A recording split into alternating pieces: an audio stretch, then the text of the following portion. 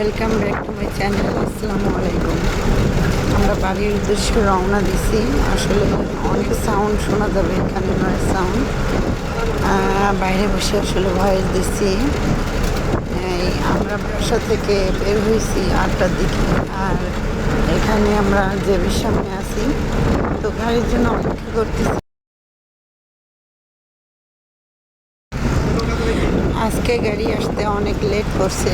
এই ফাঁকে আমরা অনেক ভিডিও ছবি তুলতেছিলাম। আর সানবি সকালে ওর শরীরটা ভালো লাগতেছে না। সানবিকে নিয়ে একটু টেনশনে আছি, যে একবার বমি করছে আর কিছু খায় নাই, এই জন্য একটা টেনশন। আর আমরা গাড়ির জন্য অপেক্ষা করতেছিলাম। আর আজকে গাড়ি অনেকটা লেট করছে, মানে অন্যদিন অনেক তাড়াতাড়ি চলে আসে, কিন্তু আজকে লেট হয়েছে অনেক। তারপরে এইখান থেকে আবার সোনাডাঙ্গা যাবে, আর সোনাডাঙ্গা থেকে রওনা দেবো। অবশ্য মনে হয় বাড়ি যেতে যেতে আপনার 12টা আর বেশি বাজবে। আর আমরা হাসতেছিলাম একটাই কারণ, যে সিজনের দিকে ক্যামেরা ধরতেই সিজন অনেক রাগ হয়। তো আমরা এই পাশে বসছিলাম, আর ওরা ওই পাশে একেবারে দেবীর সামনে। আর দোকানপাট তেমন একটা খোলেনি, এখানে বসে বসে আমরা গল্প করতেছিলাম।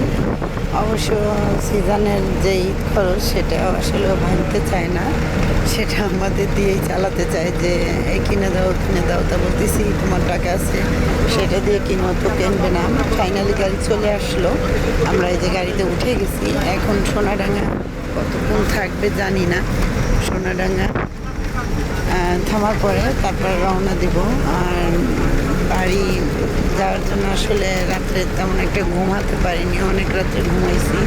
সবারই শরীরটা একটা ক্লান্ত ভাব আছে।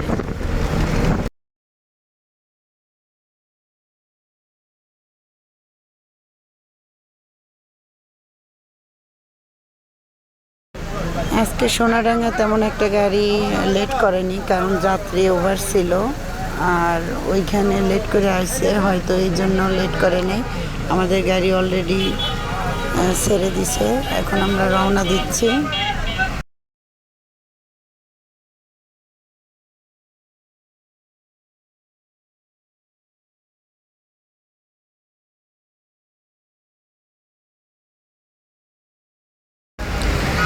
আমার সবসময় একটু ট্রেন জার্নিটা ভালো লাগে, আর বাসের জার্নিটা কেমন যেন একটু মাথা ঘোরায়, ভালো লাগে না।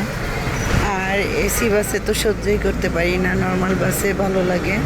জানি না কি হয়, আসলে মাথা ঘোরাচ্ছে। আর গাড়ির একটা গ্যাসের গন্ধে ভালো লাগে না। তো আজকের ব্লগটি এই পর্যন্তই। আশা করি আবার আপনাদের ব্লগ শেয়ার করব। তো ঈদের ভিতর আসলে সময় পাইনি ওইভাবে। ঈদের ভিডিও আছে, কিন্তু আসলে এডিট করার সময় পাইনি, অনেক বিজি ছিলাম। তো আজকের ব্লগটি কেমন লাগলো সবাই জানাবেন। আল্লাহ হাফেজ, আসসালামু আলাইকুম।